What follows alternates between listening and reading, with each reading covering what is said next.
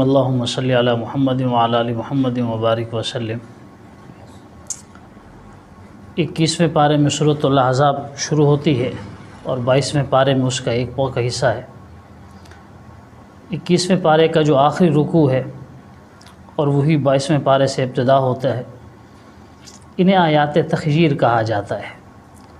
अहादीस में इनका शान नुज़ूल ज़िक्र हुआ है कि हुज़ूर सल्लल्लाहु अलैहि वसल्लम और सहाबा कराम पर जब फतूहात का दौर आया, मुसलमानों को माली फतूहात हासिल हुई, काफ़िरों का माल गनीमत मिला, तो अज़वाज मुतहरात रिज़वानुल्लाह ताला अलैहिन अजमाइन जो एक अरसे से हुज़ूर सल्लल्लाहु अलैहि वसल्लम की खिदमत कर रही थी और आप सल्लल्लाहु अलैहि वसल्लम को जो इख्तियारी फ़क्र व फ़ाक़ा था उसी के तहत ज़िंदगी गुजार रही थी। अब एक फितरी सी चीज़ है कि घर में जब कुछ नहीं होता औरत सब्र करती है और जब कुछ आने लग जाता है तो फिर उम्मीद भी बढ़ जाती है। तो इन अज़वाज मुतहरात ने, उम्महातुल मोमिनीन ने मशवरा किया और फिर हुज़ूर सल्लल्लाहु अलैहि वसल्लम से मुतालबा किया कि या रसूलल्लाह हमारा ख़र्चा बढ़ा दिया जाए।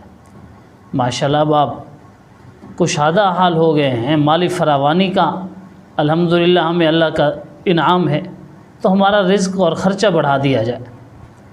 ज़ाहिर है हुज़ूर सल्लल्लाहु अलैहि वसल्लम के सारे मामलात अल्लाह ताला के सपुर्द हैं।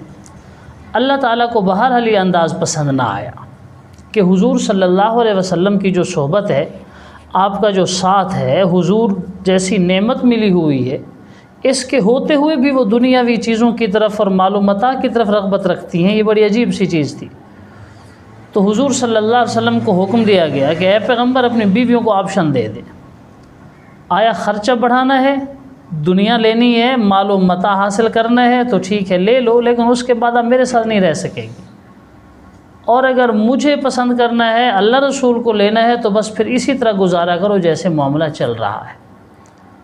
उन अज़वाज मुतहरात का भी कसूर नहीं था, उन्होंने इंसानी फ़ितरत के तहत एक तकाज़ा किया था।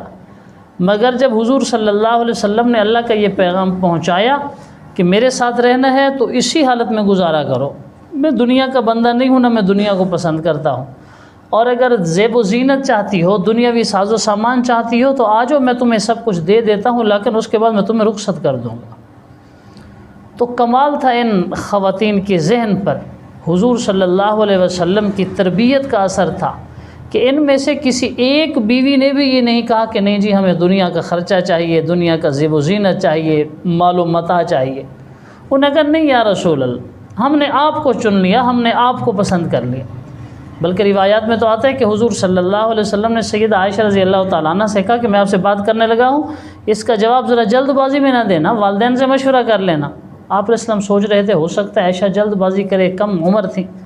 तो हज़रत आयशा ने कहा या रसूल अल्लाह, कमाल है, आपको पसंद करने और आपको चुनने के बारे में भी मैं अपने वालिदैन से मशवरा करूँ? नहीं चाहिए मुझे दुनिया की ज़ेब व ज़ीनत, मैं आपके साथ ही रहना पसंद करती हूँ। तो इन अज़वाज मुतहरात ने हुज़ूर सल्लल्लाहु अलैहि वसल्लम को चुन लिया और फिर अल्लाह तबारक व तआला ने इन पर इनाम ये फ़रमाया। दो इनामात का तज़किर, एक तो ये कि इनका अजर दुगना हो गया कि अज़वाज मुतहरात, ए उम्महातुल मोमिनीन, आपने जो फ़ैसला किया है ये इतना अजीम फ़ैसला है, अल्लाह की बारगाह में इसका इतना वेटेज मिला। अल्लाह फरमा रहे हैं कि अब आप जो भी नेकी करोगी उस पर दुगना अजर मिलेगा। आम मुसलमानों को एक नेकी मिलती है, आपको वही अमल करने पर दो नेकियां मिलेंगी।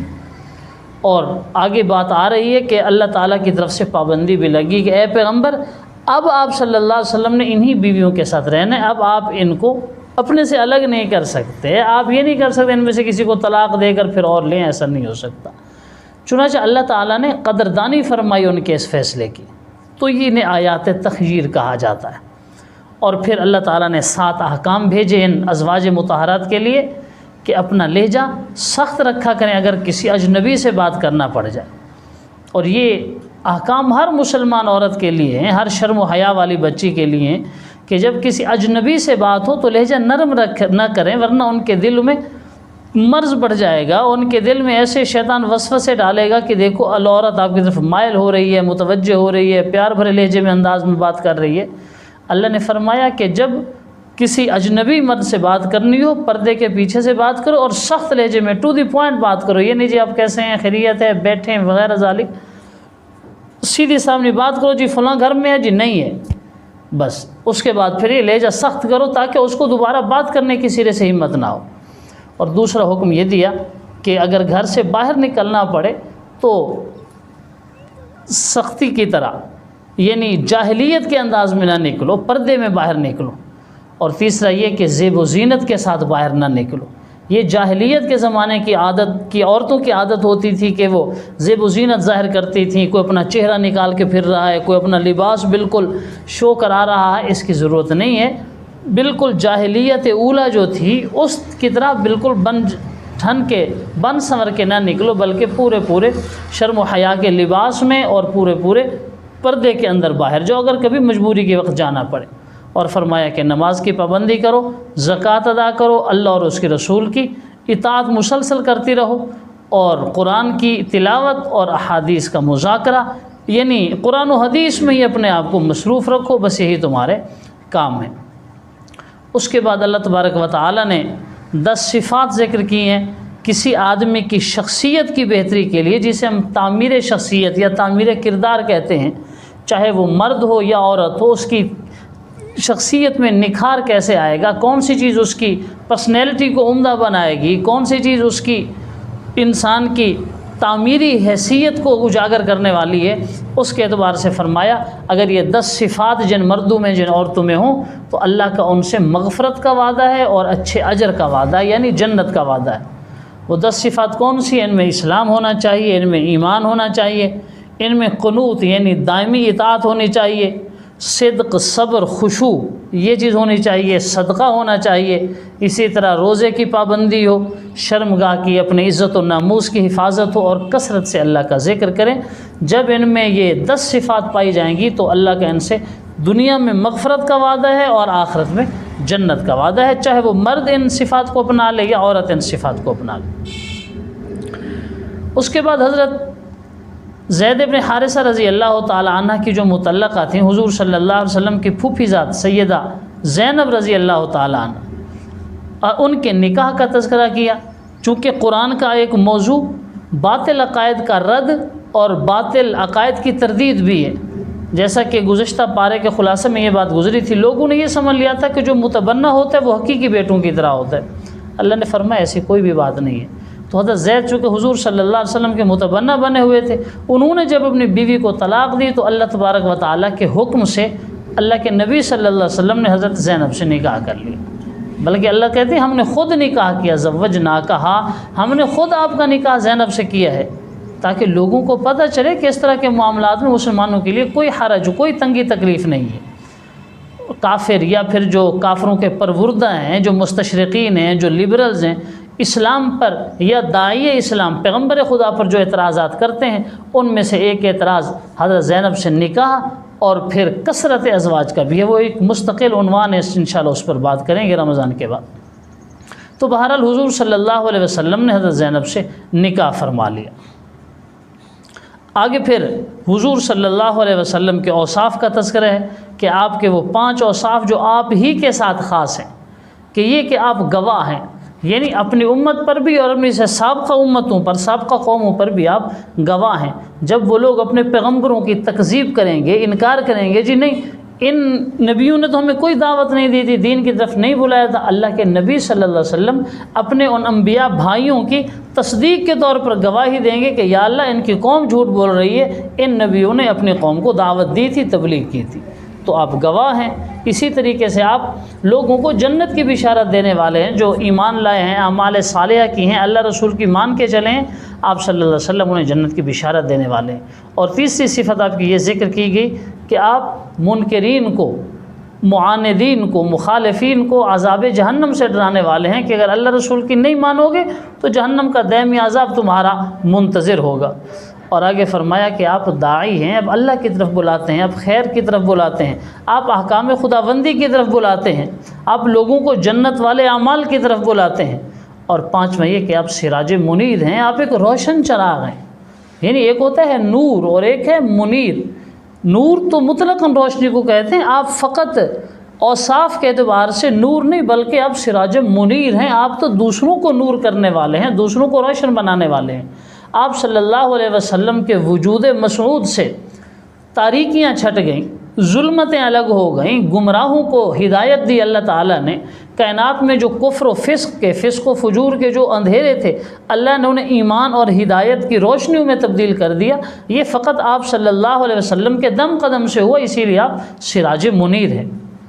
उसके बाद मुआशरत के 3 आदाब सिखलाए गए हैं। मसलन किसी के घर में दाखिल होना हो, जाना हो तो बग़ैर इजाज़त के दाखिल नहीं हो सकते, पहले इजाज़त लो, सलाम करो, फिर दाखिल हो जाओ। और दूसरा ये कि अगर कोई आपको दावत पर बुलाए, खाने पर बुलाए, तो उसके घर खाना खाकर फ़ौरन वापस आ जाओ। ये नहीं कि आप वहाँ बैठ जाएं, खाना खाने के बाद बातें करते रहें, गपशप करते रहें, और जो साहिब दावत है, जो मेज़बान है, उस पर ये गरां गुजरे। उसने अपना एक टाइम सेट किया हुआ होता है, अपने मामूलात तरतीब दिए हों, उसके ज़हन में हो कि जी मेरे मेहमान 2 बजे चले जाएंगे, वो 1-1:30 बजे खाना खिला के फ़ारिग हो जाओ और जनाब आप बैठ रहे हैं 3-4 बजे तक। हाँ, अलबत्ता कुछ एक्सेप्शनल सिचुएशंस होती हैं। अगर कोई आपका बहुत करीबी है, रिश्तेदार है, करीबी दोस्त है, बेतकल्लुफ़ है, और आपके बैठने से ही उसकी दिली खुशी होती है, आपको वो बिठाना चाहता है, तो फिर बैठने में कोई हर्ज नहीं है। बहरहाल सराहतन या दलालतन उसकी इजाज़त देख लेनी चाहिए कि आया वो हमारे बैठने पे खुश भी है या नहीं है। अगर वो खुश नहीं है, बार बार पहलू बदल रहा है, घड़ी देख रहा है, दरवाज़े की तरफ देखता है, कभी उकताता है, कभी उसको जमाई आती है, इस तरह की कैफियत अगर वो ज़ाहिर कर रहा है, तो इसका मतलब ये है कि अब आपके उठने का वक्त हो गया। और अगर वो आपके बैठने से खुश है, आप जाना चाहते हैं, आपको जाने नहीं देता, तो ठीक है, ये तो बाहम रस्म उल्फत की बातें हैं, इसमें कोई हर्ज नहीं है। तो एक उसमें ये दूसरा अदब सिखाया कि किसी के यहाँ दावत पे जाओ तो खाना खाने के फ़ौरन बाद वापस आ जाओ, बातें करने के लिए ना बैठ जाओ। और तीसरी बात यह कि अगर किसी गैर महरम से कोई चीज़ मांगनी हो, कोई चीज़ लेनी हो, तो पर्दे के ओट में रहकर, पर्दे में रहकर ही वो चीज़ आप लें। हाँ, अगर महरम हो तो ज़ाहिर फिर तो सामने आया जा सकेगा। हुजूर सल्लल्लाहु अलैहि वसल्लम की ज़ात बाबरकात पर दुरूद व सलाम का तोहफ़ा भेजना। आगे ये हुक्म दिया कि ऐसा मुबारक काम है, अल्लाह और उसके फ़रिश्ते भी करते हैं, ईमान वालों तुम भी ये काम करो कि हुजूर सल्लल्लाहु अलैहि वसल्लम की ज़ात पर दुरूद व सलाम का तोहफ़ा भेजा करो। आप पर दुरूद भेजना है, सलाम भेजना है, यानी दुरूद के अल्फाज हों, सल्लल्लाहु अलैहि सलामती के अल्फाज हों, जिस अंदाज में भी दुरूद शरीफ पढ़ा जाए। जब आपका नाम नामी आए, इसमें गिरामी है आपका, तो साथ दुरूद सलाम पढ़ना चाहिए। नहीं तो कम से कम एक बार उस महफ़िल में पढ़ना तो वाजिब है जिस महफ़िल में आप सल्लल्लाहु अलैहि वसल्लम का तज़किरा है।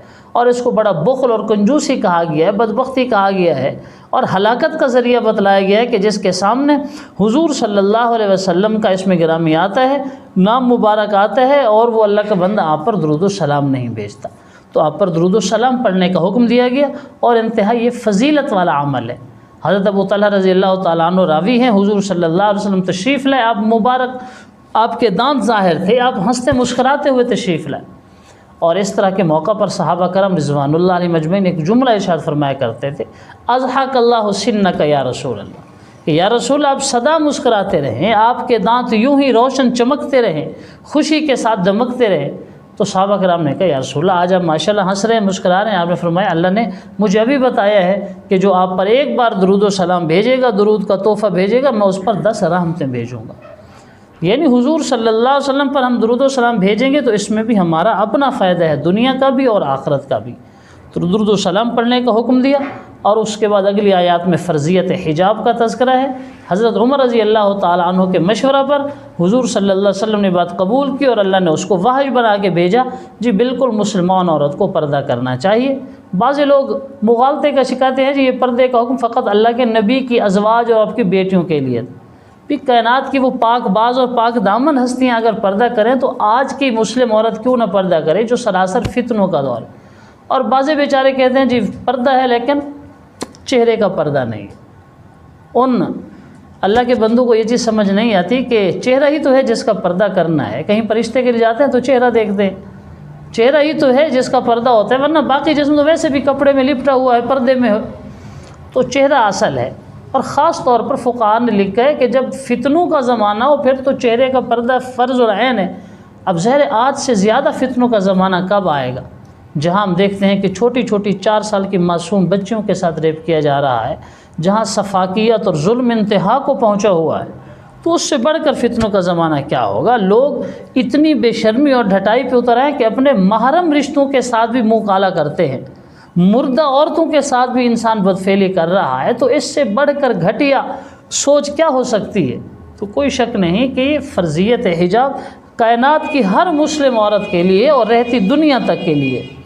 तो इन आयात में फ़र्ज़ियत हिजाब यानी पर्दा फ़र्ज़, अलबत्ता पर्दे के एतबार से कुछ आदाब हैं कि पर्दा ऐसा हो जो बिल्कुल वाज़े हो, खुला और ढीला ढाला लिबास हो, उसमें दिलकशी ना हो, उसमें अट्रैक्शन ना हो कि लोग उस पर्दे को, बुरके को देखकर मज़ीद उसकी तरफ मायल हो, और औरत खुशबू ना लगाए उस पर्दे वगैरह पर। इस अंदाज में पर्दा हो कि उसके जिस्म के सारे आज़ा मस्तूर रहें, उसमें छुपे रहें। तो पर्दे वाली आयात के बाद आखिर में इस सूरत के आखिरी आयत में बतलाया गया कि ये जो अहकाम अमानत थे अल्लाह ताला ने आसमान और ज़मीन पर पेश किए, पहाड़ों पर पेश किए, मगर वो इनके उठाने से आजिज़ आ गए। बिल आखिर इंसान ने इन चीज़ों को उठा लिए, चूँकि अल्लाह ने इंसान में अक़्ल व खिरद रखी है। तो यहाँ पर ये सूरत ख़त्म होती है और उसके बाद सूरत सबा है, मक्की सूरत है, 54 आयात और इसके 6 रुकुआत हैं। अल्लाह की हम्द व सना से शुरू होती है और सबसे पहले बतलाया गया है कि काफिर किस तरह मरने के बाद की जो दूसरी ज़िंदगी है, असल जो ज़िंदगी है, उसका इनकार करते हैं। तो हुजूर सल्लल्लाहु अलैहि वसल्लम कसम खा के कहते हैं कि जी क़यामत तो आएगी ही आएगी, क़यामत तो लाज़िमन आएगी, तुम कैसे कह सकते हो कि क़यामत नहीं आएगी। उसके बाद फिर हज़रत दाऊद अलैहिस्सलाम और उनके बेटे हज़रत सुलेमान अलैहिस्सलाम का तज़किरा और फिर अहले सबा का तज़किरा। ईमान का और शुक्र का वाक़ई हज़रत दाऊद सुलेमान अलैहिस्सलाम का है कि हज़रत दाऊद को अल्लाह तबारक व तआला ने लहन दिया था, बड़ा ख़ूबसूरत लब व लहजा दिया था, और उनके लिए ये सारी चीज़ें इतनी आसान बना दी थी कि जो तांबा था वो चश्मे की शक्ल में बहता हुआ उनके पास आता था। वो लोहे की कारीगरी करते थे, यूँ समझिए कि वो दुनिया की पहली स्टील मिल थी जो वो बनाते थे, हाथों से ज़ीरा बनाते थे, तलवारें बनाते थे, परिंदे उनकी बोलियां समझ सकते थे। इसी तरह सुलेमान अलैहिस्सलाम तो उनका एक तख्त था, जिन्नात उनके ताबे थे, हवाएं उनके ताबे थी, चरिंद परिंद उनके ताबे थे, वो चरिंद परिंद उनकी बोली समझने वाले थे। तो इतने अजीम बाप बेटा और इतना अजीम नेमतें, इतने अजीम मनसब मिलने के बावजूद इन्होंने गुरूर व तकब्बुर नहीं किया, अपने आप को आजिज़ी में रखा, तवाज़ो इनकिसार में रखा, अल्लाह ताला की इबादत के लिए अपने आप को झुकाए रखा, अल्लाह के अहकाम की बजावरी में अपना वक्त गुजारा। और दूसरी तरफ आले सबा है, अल्लाह ने जिनको बागात दिए थे, अल्लाह ने जिनको नेमतें दी थी, ख़ास तौर पर उनके एक डैम था जिसे सद्दे मारिब कहते थे, इतना बड़ा डैम था कि वो पानी को ज़ख़ीरा करते थे, यानी उन जगहों पर जहाँ पानी की कमी थी उनके पास उस ज़माने में डैम था, मगर उन्होंने नाशुक्री की, अल्लाह ताला की नेमतों की कदरदानी नहीं की। नतीजा ये निकला कि अल्लाह तबारक व तआला ने वही डैम का पानी उन पर बसूरत सैलाब बहा दिया और वो उसी में बह गए। तो जो अल्लाह की नेमतों की कदरदानी करेगा, शुक्रगुजारी करेगा, अल्लाह उसे बढ़ा के देगा, और जो नेमतों की नाशुक्री करेगा, कुफरान नेमत करेगा, यकीनन वो अगली नेमतों से महरूम हो जाएगा। तो इस तरह हज़रत सुलेमान अलैहिस्सलाम का और अहले सबा का तज़किरा है, और बाद में मुशरिकीन की तरदीद की है कि मुशरिक मुख्तलिफ बातिल अक़ायद में लगे हुए हैं। अल्लाह तबारक व तआला ने कहा है कि तुम जिनको पूछते हो उनकी क्या हैसियत है, क्या वक़्त है, ये तुम्हारे गलत अक़ायद हैं जो मरने के बाद उठना नहीं है, ज़िंदगी नहीं है, मर जाएंगे रेज़ा रेज़ा हो जाएंगे। नहीं, अल्लाह क़ादिर है, तुम्हें दोबारा लाज़िमन उठाएगा। अलबत्ता बतलाया गया कि ये जो सरकशी करते हैं, ये जो कुफ्र व इनाद में हैं, इसकी वजह क्या है? इसकी वजह इनका माल व दौलत है। ये माल व दौलत की महब्बत में, माल व दौलत के तकब्बुर में इतने अंधे हो गए हैं कि अल्लाह रसूल का इनकार कर दिया, मरने के बाद की ज़िंदगी का इनकार कर दिया, जो हमेशा हमेशा की ज़िंदगी है ये उसका इनकार करने लगे। और फिर इनकी बदबख्ती ये थी कि हुजूर सल्लल्लाहु अलैहि वसल्लम का इस्तेहज़ा करते थे, मजाक उड़ाया करते थे, जी ये मजनून है, ये दीवाना है, अलियाज़ु बिल्लाह, ये पागल है, जादूगर है, इस तरह की बातें किया करते थे। बतलाया गया कि ये चीज़ें तुम्हारे काम नहीं आएंगी, और जब तुम्हारा अंजाम होगा आखिरत में जब तुम देखोगे तो फिर बड़ी ख्वाहिशें करेंगे, जी अब हम ईमान कबूल करते हैं, लेकिन अल्लाह फरमाएंगे उस वक्त ईमान लाना इनका बेसूद होगा, बेफ़ायदा होगा। सूरह सबा के बाद सूरह फातिर है, मक्की सूरत है जिसकी 45 आयात और 5 रुकुआत है। ये सूरत भी अल्लाह ताला की हम्द व सना से और फ़रिश्तों के तज़किरे से शुरू हो रही है। इसमें हिस्सी मिसालों के ज़रिए अल्लाह ने तौहीद और शिर्क को बयान किया है, ईमान और कुफ्र को बयान किया है। तौहीद और शिर्क का बयान वही है, अल्लाह ताला ने काफिरों से खिताब किया कि तुम मेरे अलावा जिन्हें पूछ तो आखिर उनकी वक़्त क्या है, आखिर उनकी हैसियत ही क्या है। तुम कैसे समझते हो कि जनाब वो हर हाल में काम आने वाले, हाजत रवा, मुश्किल कुशा, इबादत के लायक, इनमें से तो कोई सिफत भी उनमें नहीं पाई जाती। तुम्हें उनकी इबादत करो तुम्हें नफ़ा नहीं पहुंचा सकते, इबादत छोड़ दो तुम्हें नुकसान नहीं पहुंचा सकते। अल्लाह ने हिस्सी मिसालों के ज़रिए समझाया और साथ ये भी फरमाया कि जो ईमान है, ईमान वाला ऐसा है जैसा कि बीना है, देखने वाला है, और जो काफिर है वो नाबीना है। ईमान वाला रोशनियों में है, काफिर अंधेरों में है। ईमान वाले की मिसाल ज़िंदा जैसी है, काफिर की मिसाल मुर्दा जैसी है। ईमान साए की तरह है, कुफ्र धूप की तरह है। तो हिस्सी मिसालें दे दे कर समझाया कि जब धूप और साया एक जैसे नहीं हो सकते, मुर्दा और ज़िंदा एक जैसे नहीं हो सकते, जब जुल्मत और रोशनी एक जैसे नहीं हो सकते, भला ईमान और कुफ्र कैसे एक जैसे हो जाएंगे? काफिर और मुसलमान किस तरह एक दर्जे में हो जाएंगे? फिर अल्लाह ताला ने अपनी कुदरत के मज़ीद दलाइल ज़िक्र किए कि मैंने मुख्तलिफ़ फूल बनाए हैं, पहाड़ बनाए हैं, लोग बनाए हैं। लोगों का मिजाज का फ़र्क है, ज़बान का फ़र्क है, फूलों और पहाड़ों का रंगों का फ़र्क है। तो कायनात में अनवाओ अक़साम की चीज़ें बनाई हैं और ये सारी की सारी मेरी कुदरत पर दलालत करती हैं। लेकिन इसके बावजूद काफिर लोग अल्लाह के अज़ाब से नहीं डरते। लेकिन जो अहले इल्म हैं, अल्लाह ने जिन्हें इल्म दिया है, अल्लाह उनके दर्जे भी बुलंद करते हैं और सही मानों में उन्हीं के दिलों में खशियत खुदाबंदी है, अल्लाह ताला का खौफ है, अल्लाह ताला की नाफरमानी का खौफ, अल्लाह की सज़ा और अज़ाब का खौफ उनके दिलों में है। तो ये वो लोग हैं कि खशियत असल पाई ही अहले इल्म में जाती है और किसी में नहीं पाई जाती। अलबत्ता यहाँ पर उलमा ने लिखा है अहले इल्म से मुराद हर शोबा के अहले इल्म। चाहे इस वक्त कोई फल्कियात का निज़ाम को पढ़ रहा है, फ़िज़िक्स केमिस्ट्री को पढ़ रहा है, दुनिया के जिस इल्म के बारे में लोग मालूमात ले रहे हैं, साइंस और टेक्नोलॉजी को पढ़ रहे हैं, तो अगर कोई आदमी अपने उस इल्म को देखकर उसके बनाने वाले तक पहुँच गया है, खालिक तक पहुँच गया है, तो ये अहले इल्म है। और अगर कोई खालिक तक नहीं पहुंच सका, बिल्कुल ऐसे टामक टोइयाँ मार रहे हैं, फ़ज़ाएँ और खलाएँ खंगाल रहे हैं, मरीख़ तक पहुँचे हुए हैं, कायनात के आखिरी ज़र्रे तक पहुँच चुके हैं, ये सब कुछ उनकी रेंज में है और इस कायनात की अबदी हकीकत अल्लाह तक नहीं पहुँच सके, तो उनका ये इल्म भी बेकार है और उनकी ये मेहनत भी बेकार है। जैसे इकबाल मरहूम रहमतुल्लाह अलैह ने कहा था कि ढूंढने वाला सितारों की गुज़रगाहों का अपने अफकार की दुनिया में सफ़र कर न सका, जिसने सूरज की शुआओं को गिरफ़्तार किया अपनी शब तारीख सर कर न सका। यानी इतनी मेहनत कर रहे हैं, इतनी मेहनत कर रहे हैं। जैसे इकबाल दूसरे मकाम पर कहते हैं कि जो काफिर है, काफिर की ये पहचान कि आफाक में गुम है, मोमिन की ये पहचान कि गुम उसमें है आफाक। मोमिन आफाक की हकीकतों को देखकर अल्लाह तक पहुंचता है कि एक छोटी सी चीज़ भी बग़ैर बनाने वाले की नहीं बनी तो इतनी बड़ी कायनात कैसे बन सकती है। और जो काफिर है वो कायनात की बड़ी बड़ी हकीकतों तक पहुंच गया, लेकिन उसे ये मोटा सा नुक्ता और ये बिल्कुल वाज़ेह सी बात नहीं समझ आई कि आखिर इन चीज़ों को बनाने वाली भी तो कोई हस्ती है। जब खुदा तक नहीं पहुंच सका तो उसका ये इल्म भी बेकार है, उसकी ये मेहनत भी बेकार है। बाज़ लोगों को बड़ी तकलीफ़ होती है ऐसा कहने से, जब कहा जाता है जी काफिर जहन्नम में जाएंगे, वो कहते हैं जी उन्होंने दवाएं बनाई हैं मुसलमानों के लिए, साइंस बनाई है, उन्होंने ये सारी सहूलतें। भाई अगर ये चीज़ें बनाई हैं तो उसका रिवार्ड भी उन्हें मिल गया है। वो इससे शोहरत चाहते थे, इज़्ज़त चाहते थे, दौलत चाहते थे, नाम चाहते थे, सब कुछ उन्हें मिल गया है। हाँ, अगर वो इन चीज़ों के बाद असली हकीकत को पा लेते तो वो कायनात के सबसे बड़े मोहसिन होते, हमारे लिए वो इंतहाई काबिल एहतराम होते। अब उन्होंने अपने माशी फ़वाइद के हुसूल के लिए चीज़ें बनाई हैं, वो फ़वाइद तो उन्हें हासिल हो रहे हैं। अगर इन चीज़ों को बनाने के बाद वो अल्लाह तक नहीं पहुँच सके, अल्लाह के रसूल तक नहीं पहुँच सके, चाहे जितनी मर्ज़ी तरक्की कर लें, बहरहाल हमारे नज़दीक ये जो अल्लाह और उसके आखिरी रसूल सल्लल्लाहु अलैहि वसल्लम पर ईमान नहीं लाया, कायनात की सारी हकीकतें, सारी डिग्रियां, सारी मेहनतें वो उसके एक हाथ में हों, तब भी एक आखिरत में वो निजात नहीं पाएगा। आखिरत में निजात उन्हीं लोगों को मिलेगी जो अल्लाह और उसके रसूल पर ईमान लाने वाले हैं।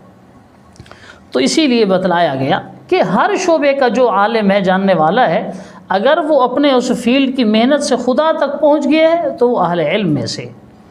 उसके बाद नुज़ूल कुरान के बारे में बताया कि अल्लाह ने कुरान नाजिल किया तो लोगों के 3 गिरोह हैं। कुछ लोग ऐसे हैं जो जालिम हैं, यानी हैं मुसलमान मगर जालिम हैं। जालिम का मतलब उनकी नेकियां भी हैं लेकिन उनके गुनाह ज़्यादा हैं। कुछ वो हैं जो मुक़सिद हैं, यानी दरमियाने दर्जे में है, उनके नेकियां और गुनाह बराबर बराबर हैं। और कुछ माशाल्लाह अल्लाह के फ़ज़ल से ऐसे हैं जो साबिक़ हैं, यानी उनकी नेकियां बढ़ी हुई हैं। तो अंजाम के एतबार से तो ये तीनों लोग ही अहले जन्नत हैं, चाहे ज़ालिम हैं, चाहे मुक़सिद हैं, चाहे साबिक़ हैं। अंजाम के एतबार से तीनों जन्नत में है, क्योंकि ये मुसलमान है।